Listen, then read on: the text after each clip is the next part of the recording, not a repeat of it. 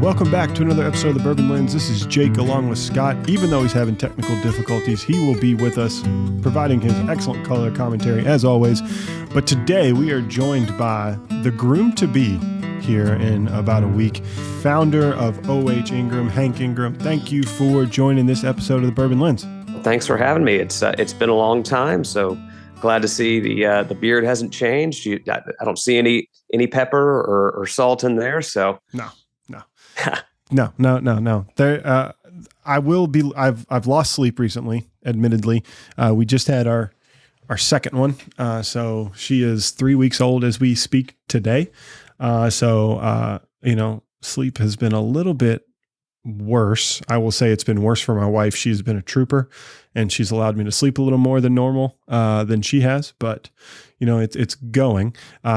How you feeling about the nuptials? You nervous? What are you most nervous about this coming weekend? Well, I am getting married on October 14th. So from today, that is 4 days away. And funny enough, I'm actually responsible for making sure all the alcohol shows up. And that is the most nerve-wracking piece of this whole thing. I know the ceremony is going to be great. I know that we are going to have a fantastic time. But dang it, if the wine and the whiskey doesn't show up, it's going to be my ass. Yeah, that's true. So I mentioned this earlier. I asked you off the air. I was like, hey, where are y'all distributed? Can you have OH Ingram at the wedding? We are bringing it in. The wedding's in Charleston, South Carolina. I searched through the code, and there's this nice little provision.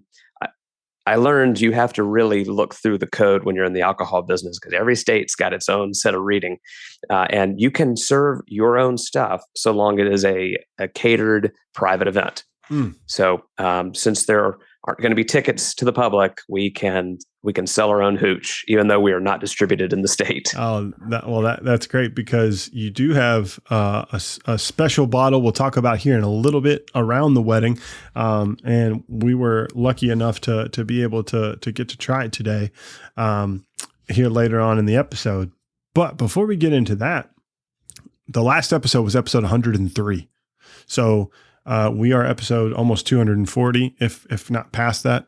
Scott's normally the guy who keeps up with all the episode numbers, not me. It's been a while. COVID was still a thing. Like that, we were like legit. COVID was still happening. I think we still had 3 members of the podcast at that time. So a lot's changed on our end as well. So what's happening down there in Nashville from the headquarters perspective, but ultimately what's happening on those barges over now in Columbus, Kentucky?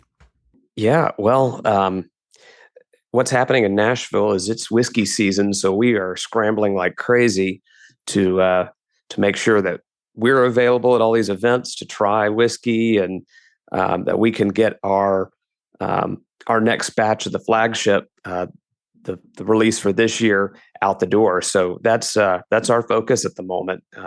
Coming out in the first part of November will be our 2023 flagship, which when I started this thing and I was on the podcast with you last, I think we just had the straight whiskey, and maybe we had the bourbon, or we were about to launch the bourbon. So we now have a rye. We've got the flagship, which is kind of our special annual release.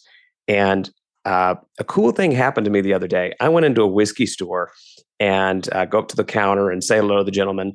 And he says, "Oh, you're with OH Ingram. Hey, when's your flagship coming back out? I got people asking for it left and right." So that was kind of fun. Yeah. I mean, that has to make you feel good. One, that he recognized you. And two, that, people are asking about your liquid and knowing, and I hate saying the word juice. That's why I say liquid. And, I really feel like that's a sign of building brand partnerships, right? Like that's a good thing. You've built brand loyalty with your store owner as well as your consumers on the back end. That has to feel good 3 years into the deal. Well, you talk about getting your sleep with your baby. I have lost a fair amount of sleep with mine, even though I don't have to feed mine every day. So when we launched this whiskey business, I knew a little bit. I thought I knew a lot. Turns out I didn't. So 3 years into it, it is building a brand is the single hardest thing I think you can do.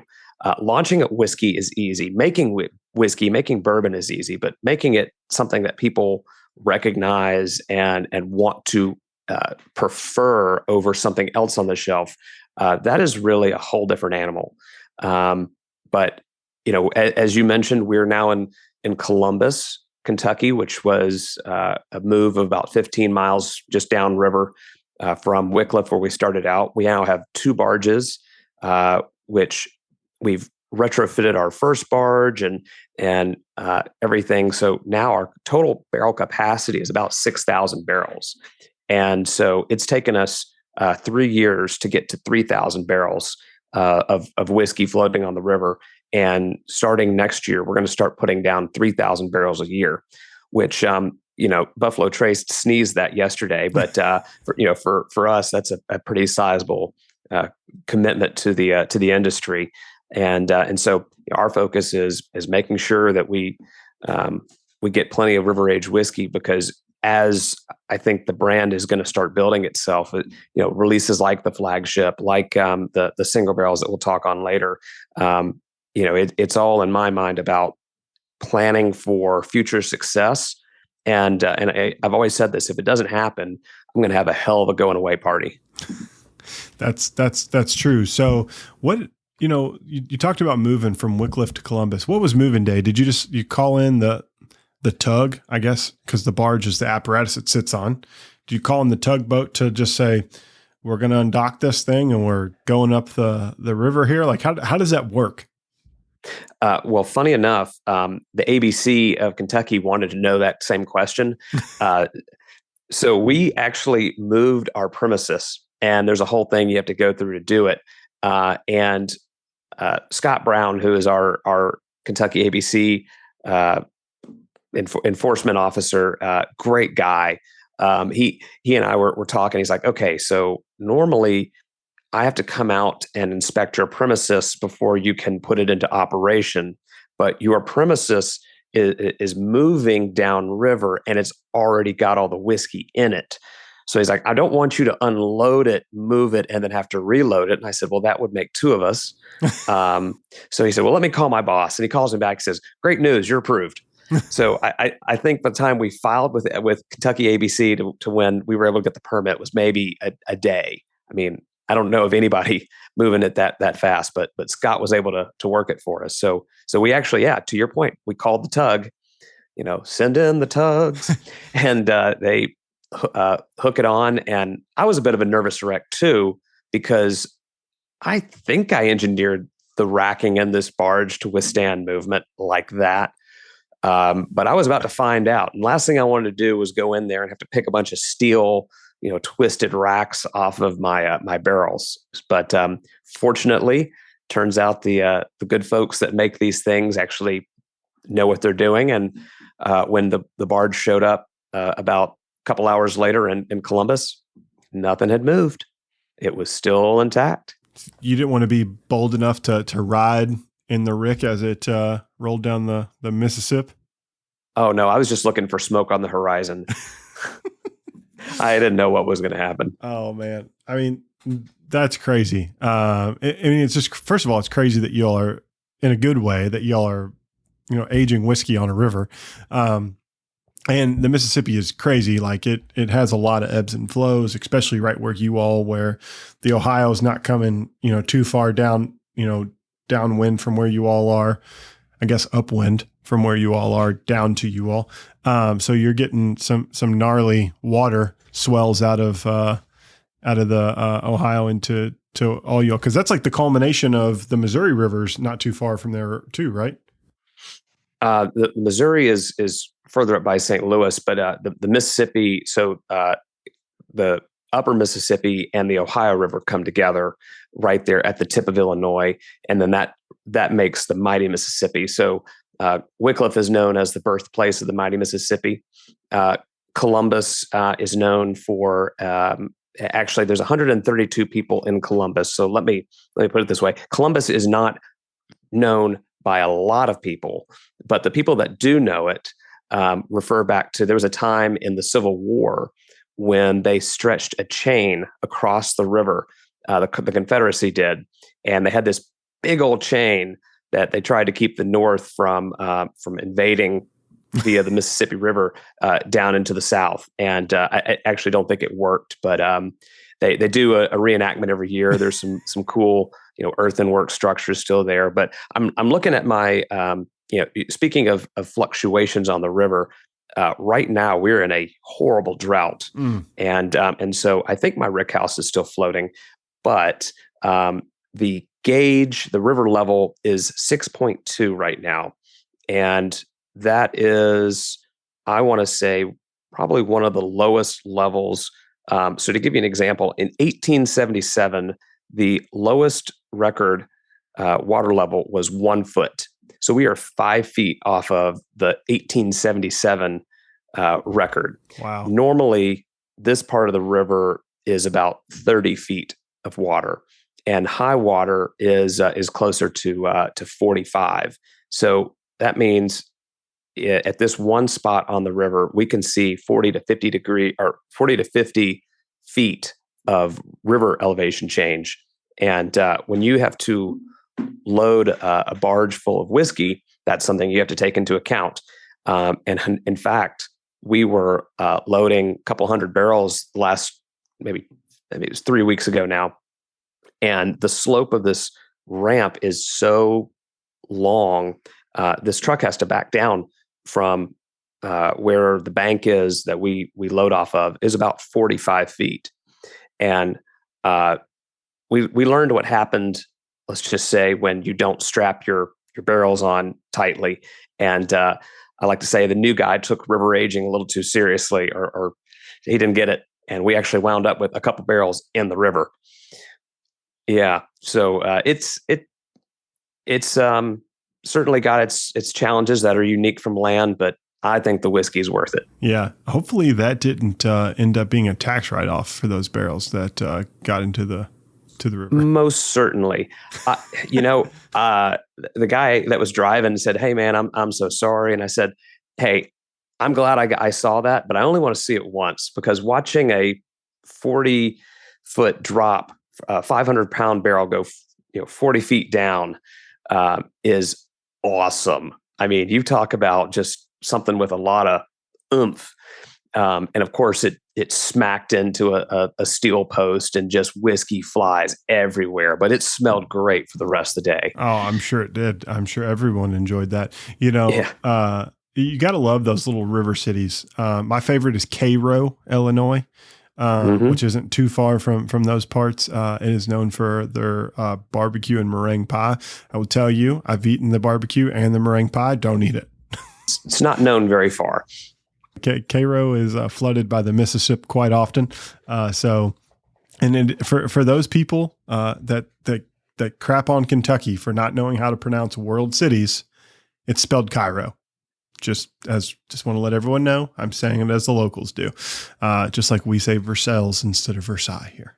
Got to be true to the people, right? If you're gonna be about it, be about it. Well, when you get to Western Kentucky and you pass through Possum Trot on your way to Monkey's Eyebrow, you understand. Oh yeah. There's some Beaver Dam is also one of my favorite places. Just come on, gotta love Beaver Dam. Oh. Well, Columbus used to be called Iron Banks.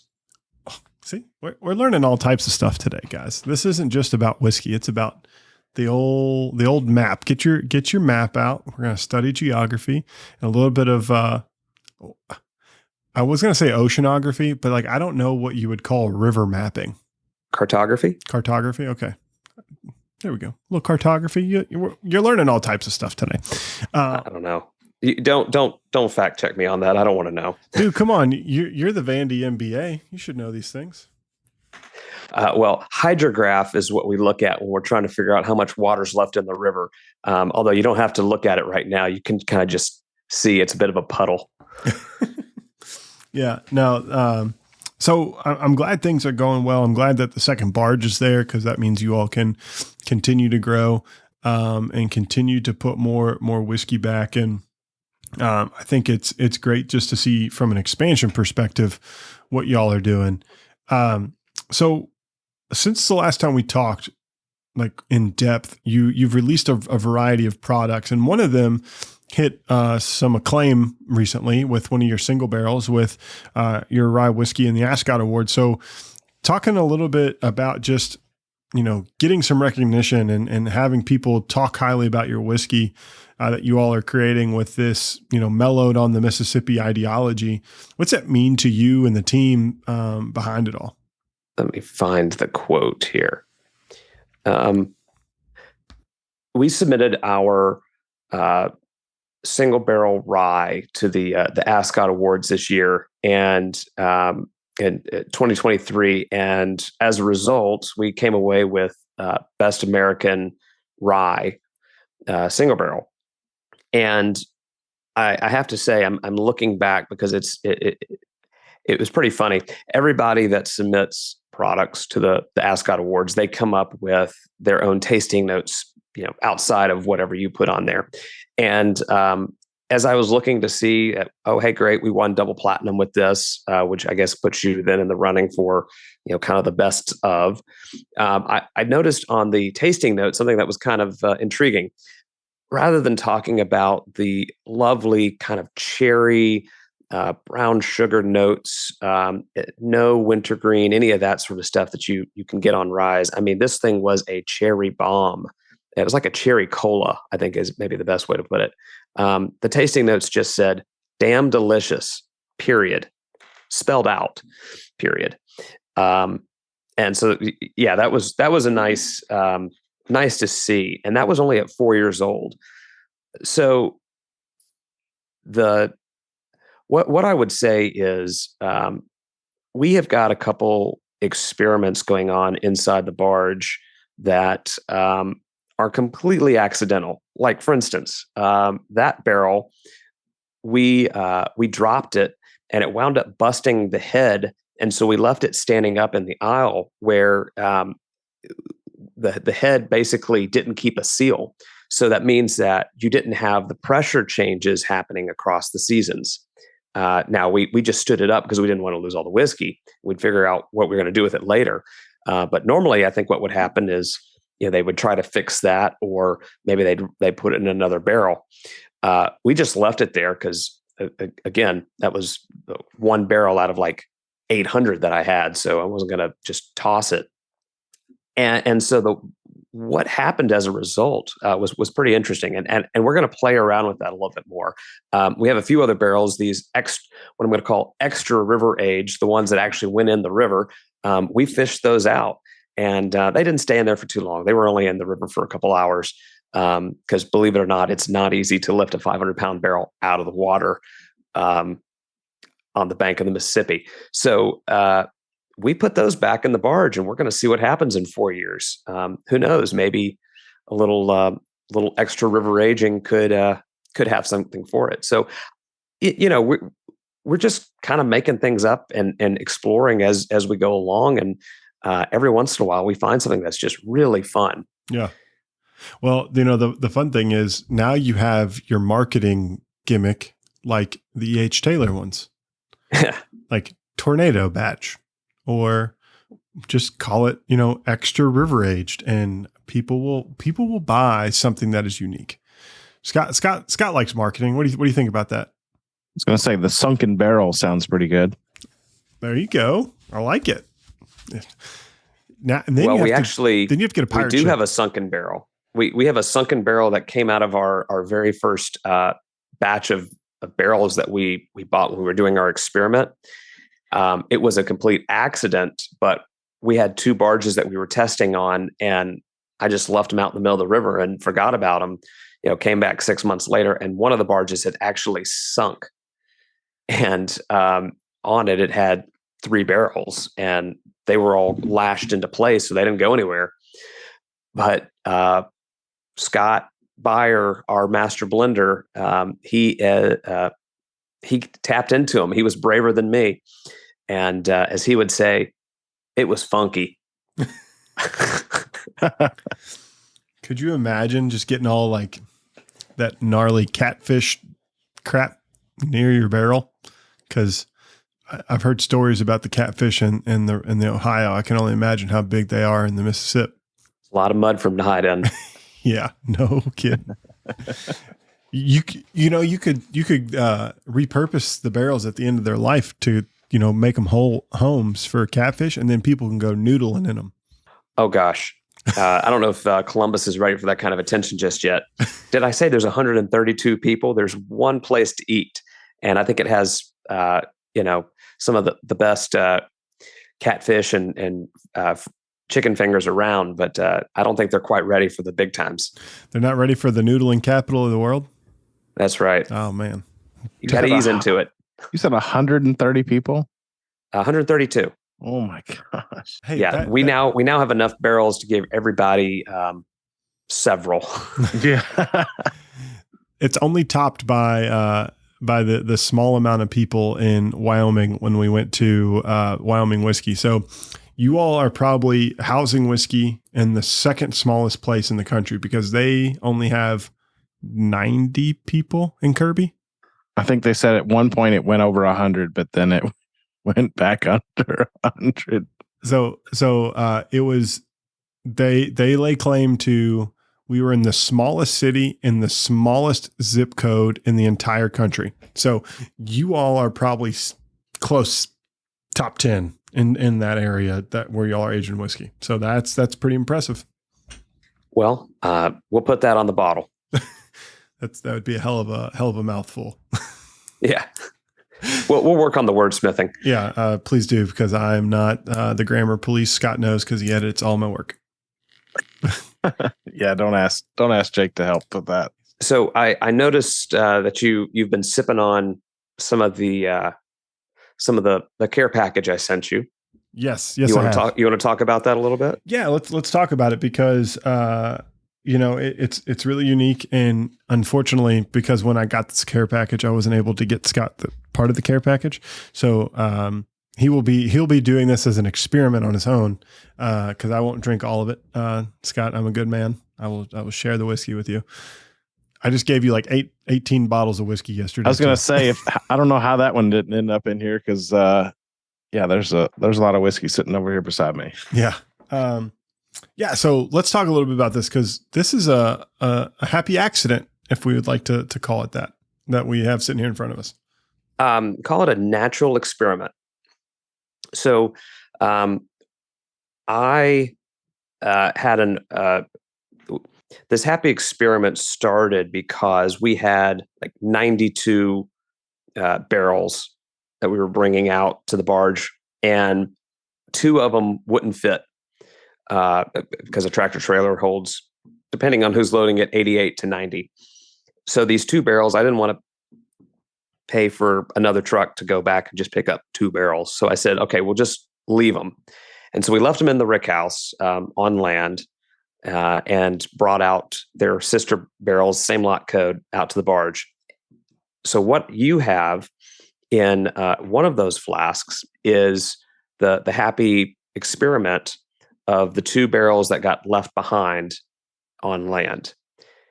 The other barrel is one that has been in the barge from that same lot for 4 years. So they're both 4 years old and barrel strength. And I'm just curious what you think.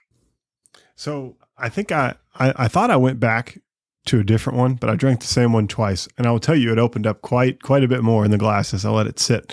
So it is, first of all, whatever it is, it's good. We'll start with the simplicity of it all. And show me, which one are you drinking? Okay. All right. So you've been drinking the one that had the sticker on it this whole time. That's right. Well, something like that. Or barrel 645. That's 20% wheat, 21% wheat. Yep. That's right.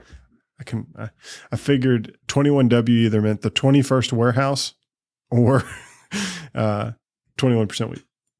Honestly, that's Scott's lot code and it's his system, not mine. So he pulled the samples. No, good for him. Mm-hmm. So on the one that I've already had, on the one that the 645 21W, It had a little bit more of a grassy note right off the tip of the tongue. It has the traditional like bourbon flavors. It's got oak, vanilla, caramel, but it had some of those characteristics that I would lean towards, like that spice rack, fall flavors, a little bit of grassy notes. So the rye, I don't know if there's rye in it. I don't think so if it's wheated bourbon, because I don't think it's 4 grain. But it had this like little grassy component. Now, first sip of the second one, flavor of caramel, vanilla, like dessert, creme brulee, burnt sugars. Like they're similar from like the flavors perspective, but the one that doesn't have anything on it has more robust flavors. So if I were to guess, this is me guessing just right off the bat, the one with the sticker is the one that was stuck in the warehouse, and the one that has nothing on it is the one that was aged on the Mississippi. Well, you would actually be, you switched them. Damn it. So to me, the one that's been on the river, it's a softer finish to it. The one that came out of the warehouse, to me, still has it's got a lot of heat. And while these elements are there, I feel like the other one kind of has this more of a punch of flavor, whereas the other one, the warehouse barrel, feels kind of more thin to me.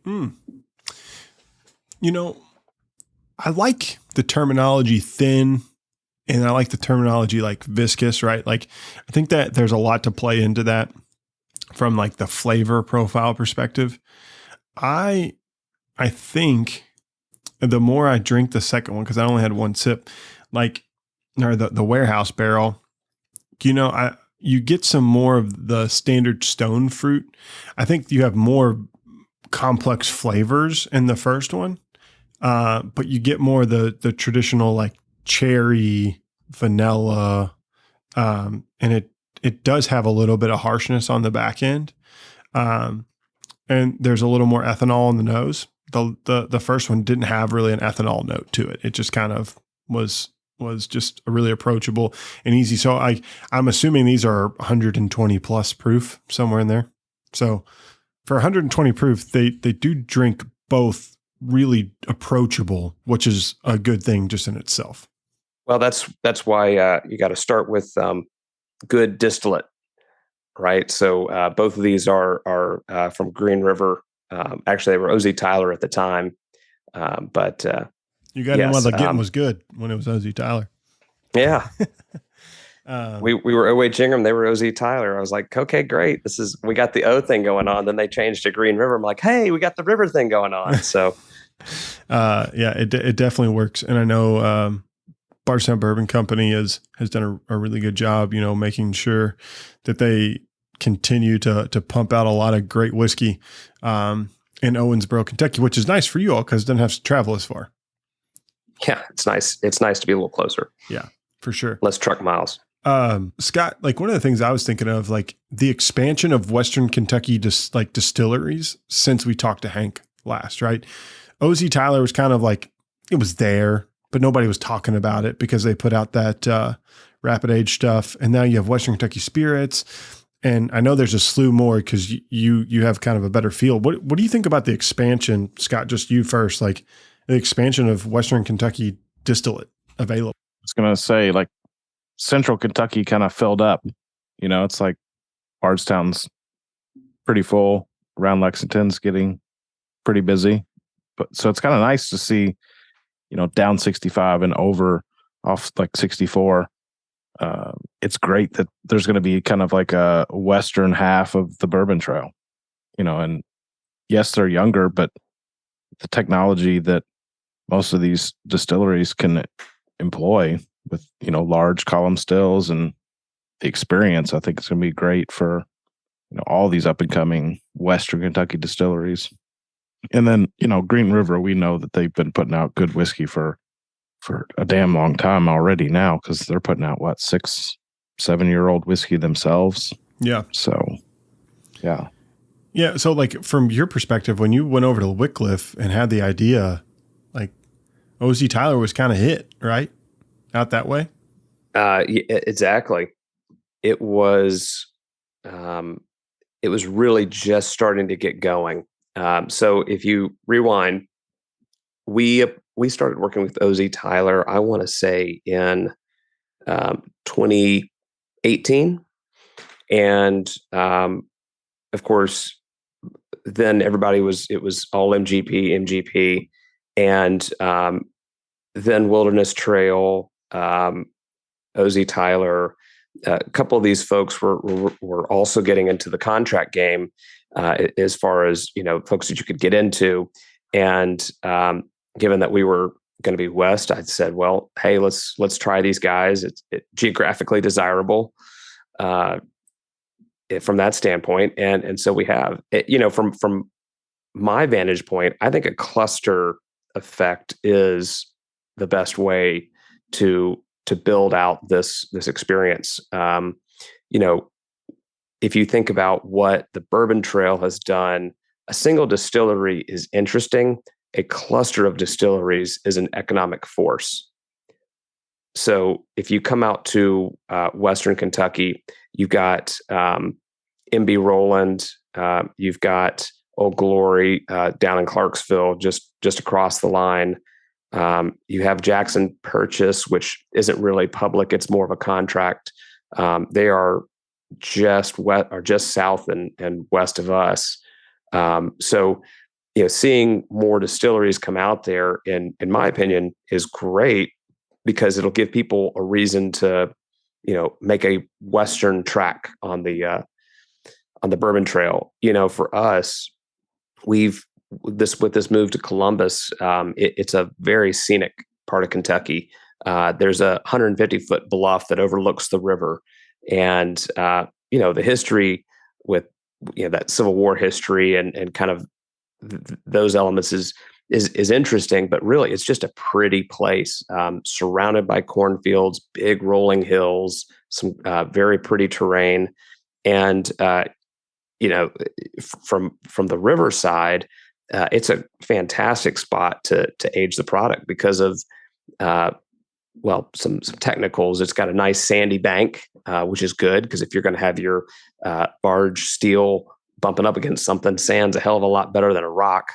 And it's a good stretch of river there, just from a operational standpoint. So there's a lot to like. Yeah.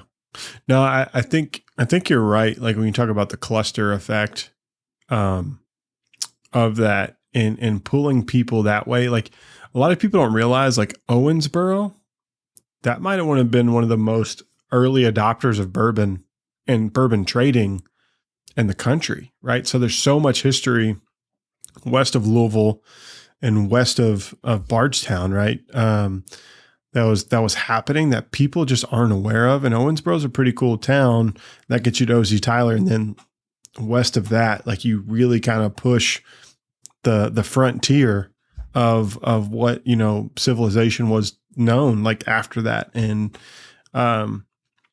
it's pretty cool that you all kind of sit right there on the precipice of Kentucky to the great West of, the rest of the world and everything that's happening elsewhere in the United States. Do you think ever there would be, because the official start of the Bourbon Trail is at the Fraser Museum, right? Do you think there would ever be like depots along the way that like allows people to like kind of check in and have like a center? Or do you think that bourbon tourism will still be localized to central Kentucky, just from your point of view? Well, let me put it this way. There are folks banking on bourbon tourism across the state. For instance, in Louisville, Bardstown, Lexington, those areas have traditionally had a lot of money. The interstate system has run through there. It's been easy to get to. It's close to things. Western Kentucky kind of sits in between Nashville and St. Louis. And there have not been as many distilleries there, but there's sure plenty of corn that's grown. As far as little depots, I think what you're going to see is you're going to see more of these clusters develop. And especially in Western Kentucky, I think there's an opportunity for a cluster there, similar to mostly around Paducah, similar to what you see around Lexington and Bardstown, Louisville. Maybe closest to Lexington, because I feel like Bardstown's kind of the center of it all, and the big boys are there, and kind of the newer folks are spreading around them. Another company that's banking on bourbon tourism in Western Kentucky is Viking Cruise Lines. Viking, American, River Queen, both of these companies are taking new steamboats. They don't run on steam anymore, but they're kind of modeled off of the Royal Caribbean meets Viking that you see on the rivers of Europe. Yeah, so that's they're now planning these river excursions, and it's pretty cool to see what all they've reached out to us and say, hey, can we do something? And I'm just like, my visitor center is a shack. I don't really have anybody that works in it other than me when I'm there. So we have a few things to figure out on our own, but I think the future is going to be unknown and potentially interesting. Sign me up for the river cruise. Porting out of Louisville, Kentucky, taking me all the way down to Nolens. You could do a lot of cool whiskey stuff between Louisville and New Orleans. Absolutely. Sign me up. And I could eat a lot of good food. I wouldn't do it in the summertime. That river gets awfully humid. Yeah. So does New Orleans. Yeah. Yes. Yeah. Sign me up for like April. Little dip in the air, and then I can have my whiskey and enjoy it. Perfect. Yeah. Well, so the bottle I see you've cracked. If we want to get into this, the wedding barrel. Yes. So we have Hank's flagship wedding barrel here, which I'm assuming you'll be serving because of the state code of South Carolina. You'll be serving this at your wedding. That's right. So little story behind this. When we first started, I bought 9 barrels, and those were to be the sample, the control sample, and the experimental. That looks nice and colorful. So I took those barrels, put them on the barge, and left them there. After several months, we went back on, tested them, excited about the progress, decided, okay, let's get into this. I left those barrels on there. So it's been 7 years. These barrels have been aging on the barge for 7 years. And this is a 45% wheated bourbon from MGP. I want to say it was distilled in the back half of 2016. And we put it on the barge January 5th or so of 2017. So it's pretty much spent its entire life there. Well, as I was getting this whole wedding thing going on, I don't have a lot to contribute, but I do have one thing, and that is I know how to have decent whiskey and where to find it. So thought, well, what better way to help get rid of some of these experimental barrels, which I can't sell. They can only be destroyed because they're a special kind of subsection of the code that allows for experimentation. Well, this is me destroying it one sip at a time. And so we bottled it into this bottle. This is kind of the beginning of our single barrel program. We reused essentially the guts of our single barrels from the label standpoint, put the wedding date on there, bottled this at 96 proof. And even though I have been sipping on this barrel for 7 years, taking samples regularly from this barrel over 7 years, it still had 177 bottles worth of yield. First of all, cool story. Second of all, interesting mash bill. Third of all, damn good, period. I'll just go Spelled back to, I'll go back to that. Like if you're looking for quintessential, I like that word, quintessential. I feel smart when I say it. Quintessential bourbon with a little bit of sweetness. This speaks to me. 'Cause it's really like you get the wheat creaminess, you smell it on the nose, and then you get the burnt sugars and the like brown sugar, vanilla, molasses. You get all those types of notes. And then there's like a faint, like kind of like apricot type note in the background that gives you that little fruit that you want to kind of balance out all of that like real sweetness. And then when you take a drink, your mouth just waters and you want more. Like I don't even go in the flavors. It's just like my mouth is watering and I need to keep drinking it. So Scott, on Saturday, we will toast to Hank. What time's your wedding on Saturday? 5:30 Eastern. Oh, so yes, we'll toast to Hank around at 5:30. I'll be trying to cheer on the Cats to redeem themselves against the Missouri Tigers after that ass whooping last weekend that the Dogs gave us. So I'll be pouring one up for Hank. But it's all Scott. I'll get you some samples before then. Sounds good to me. Yeah. But I love this at 96 proof. Like, can I say this? That 96 proof, 100 proof, 105, that's the shit. Like full of flavor. I can drink this. I can enjoy it. I don't have to like pucker my face while I'm drinking it. Like just smart move. Just going at a lower proof to giving us it gives all the flavor you need and your guest and I and Scott can enjoy it for a long period of time. Well, and that was the point is, maybe if I were going to do this just for me, we did it at 100 proof. 100 proof was incredible, but it had a little bit more of what I would call a bourbon drinker's drink to it.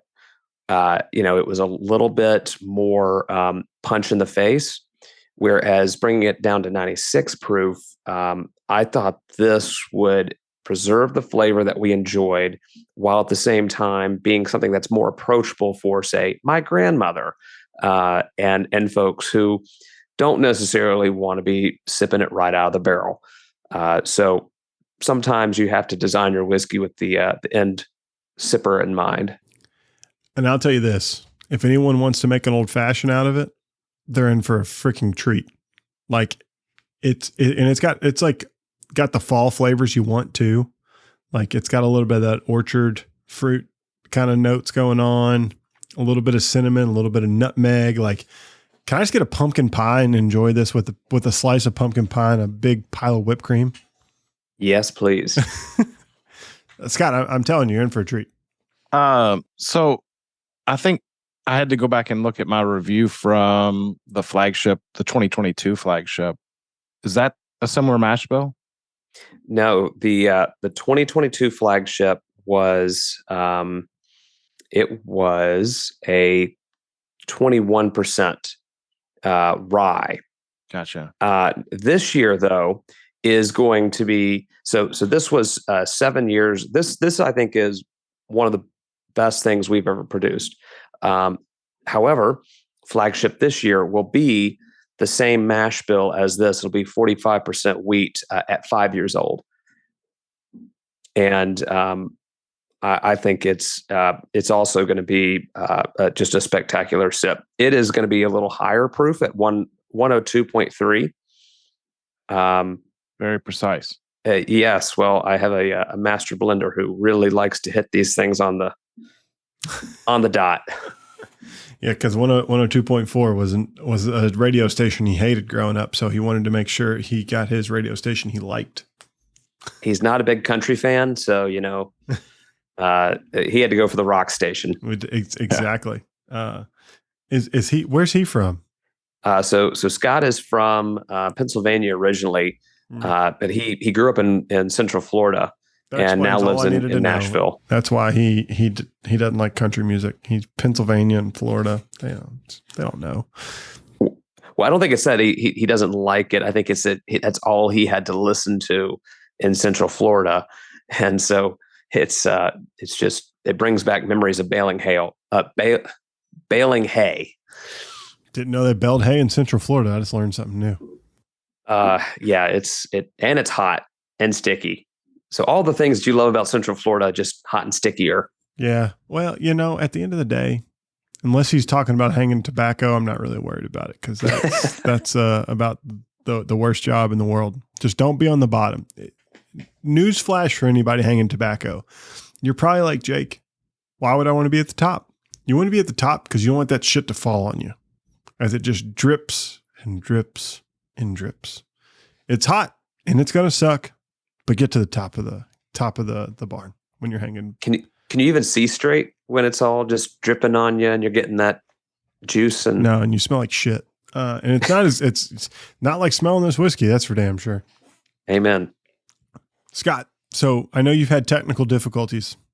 And what an episode for me. What an episode. This is like an all-star episode. I feel like this is Jordan in the flu game. So I need you to cross over Byron Scott.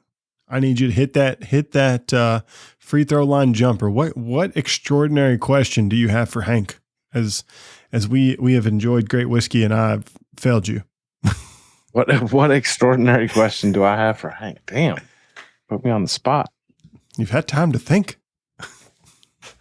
Well, my question was, because I went back and looked at my review of the 2022 flagship and had to remember how much I liked it and how quickly that bottle disappeared, was going to be what's coming for the 2023. But we already explored that. So, but yeah, to know that it's that, it is an interesting 45% wheat. Like that is I don't know. I've not really heard much about that mash bill period.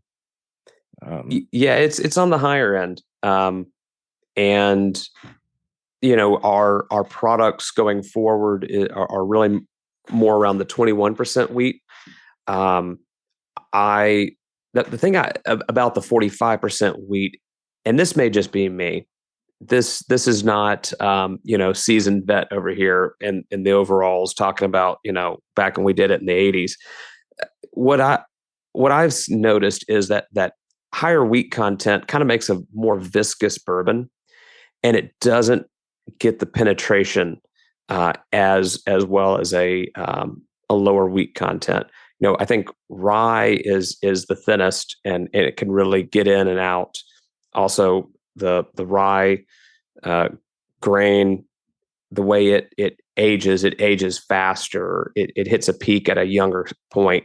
The wheat, it takes it so long that I think if we were going to go for something in the double digit age, maybe it would make sense. Maybe it's a long hauler kind of mash bill, but I really like that 6, 7, 8 year profile. So we'll see what 21% wheat does. The cool thing about our flagship product is I've been very clear it's going to be whatever the hell we want it to be, based on what we're feeling at the time.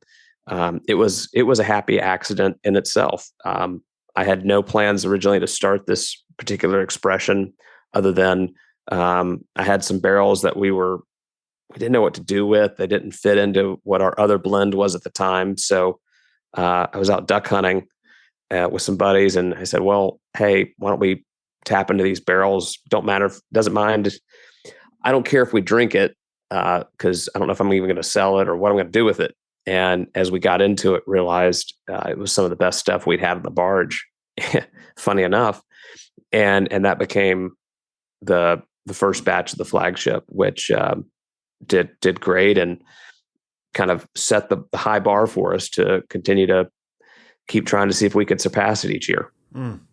Yeah, I'm excited for the flagship version of this, but this one is one that it's going to be hard to beat.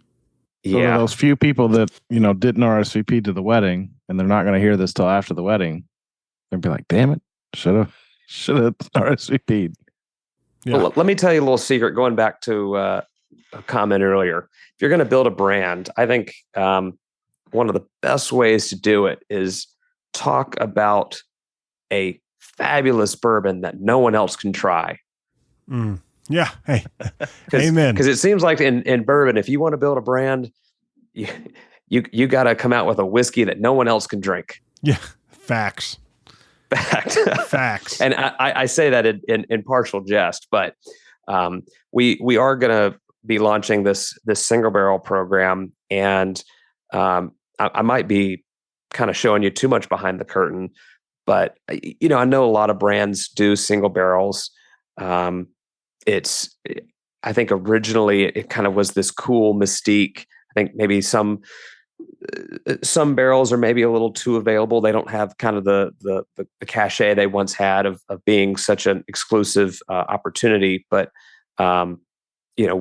we look at single barrels as really a way to educate folks on what the heck are we doing out on the river, and so we've started doing these barrel picks on the barge. We have a little, again, in Columbus, there's this beautiful little boutique hotel.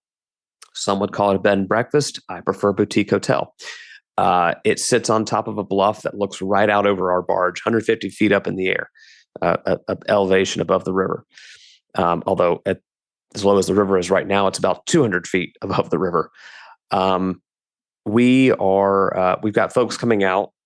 We'll take them out to the barge, give them a tour around. Then we go back to the lodge, and we start to sample the different barrels.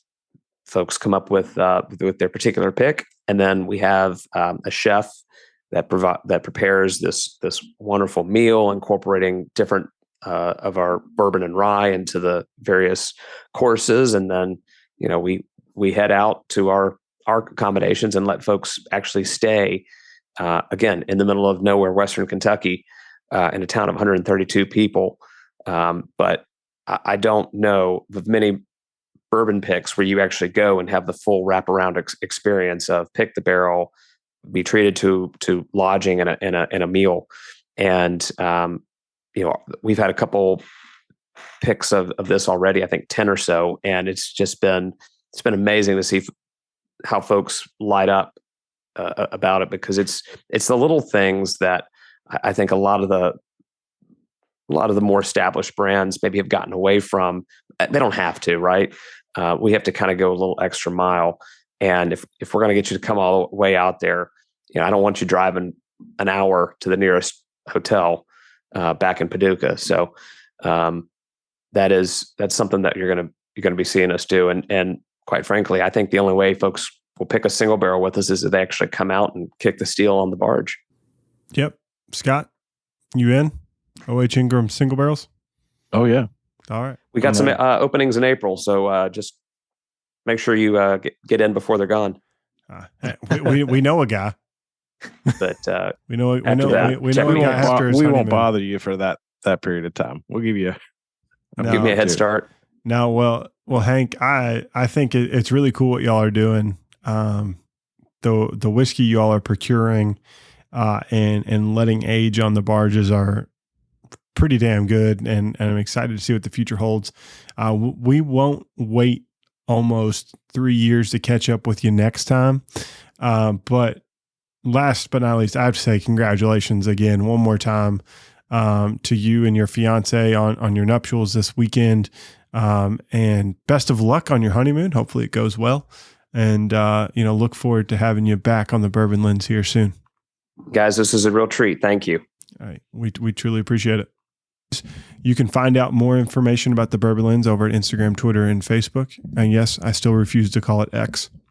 If you want to continue to follow the conversation and want to be a part of our family, we consider that our Patreon group. So go over to www.patreon.com/Bourbon Lens and join our family. We'd love to have you there and celebrate the world of whiskey around the world. And last but not least, wherever you get your favorite podcast, go and download, subscribe to Bourbon Lens. We truly appreciate it. And until next time, cheers. Cheers.